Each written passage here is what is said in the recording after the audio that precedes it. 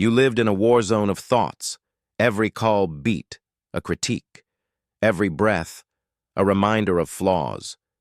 Your inner world felt like a battlefield. You bit your tongue to stop the trembling, held back the ache before dicker. You thought if you just smiled, darkness would forget your heart. You hid your pain behind verses, memorized perfectly, recited mechanically.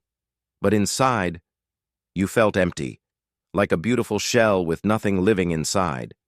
They said, just be grateful. But gratitude felt like a lie when your soul was screaming.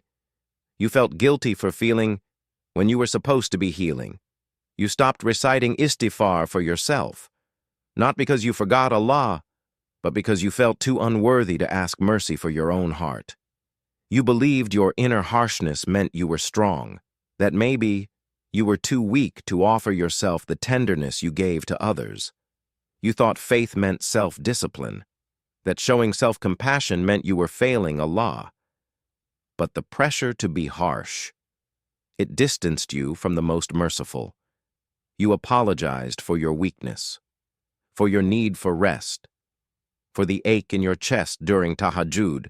You thought Allah wanted strength, not your tender heart. You hid your pain behind verses, memorized perfectly, recited beautifully, but inside, you felt lost, like a ship in a storm with no anchor of self-love. They said, just have faith, but faith felt like a burden when your mind was screaming for relief. You felt guilty for being gentle with yourself. You believed your inner criticism disqualified you from rahmah, that maybe you were too fragile for even the most merciful to shelter your need for tenderness.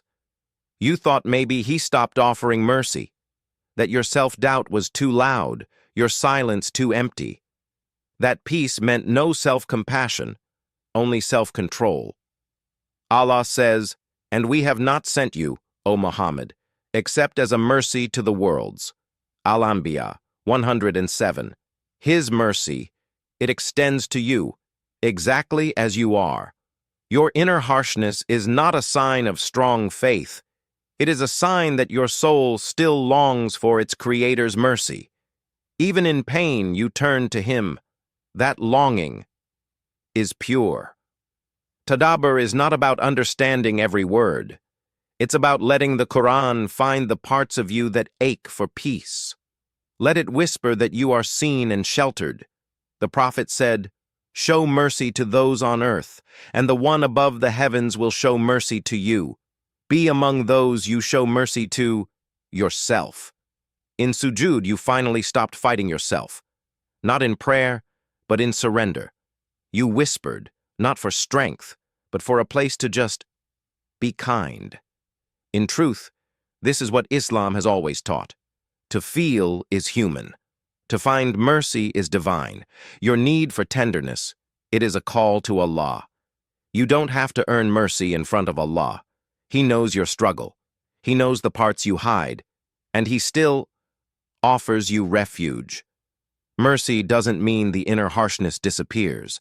It means you no longer carry it alone. It means you can whisper, "Ya Rab," and know He is already there. Let go of the need to be perfect. Let go of the fear of being seen. Just breathe. Just be. Just trust that you are worthy of the love that was always meant for you. You carried your self-doubt like a secret shame. You apologized for your tears before Allah, thinking maybe He needed you to be strong to be loved. But what if mercy was never about being perfect? What if your cracks are not flaws? What if they are spaces for nur? What if your soul, in all its tenderness, was exactly what Allah intended to draw you closer to Him? What if self-love starts with stopping the fight? If you're ready to stop fighting yourself and start cultivating a kinder inner world with guidance rooted in the Quran and Sunnah, we've prepared something gentle for your journey.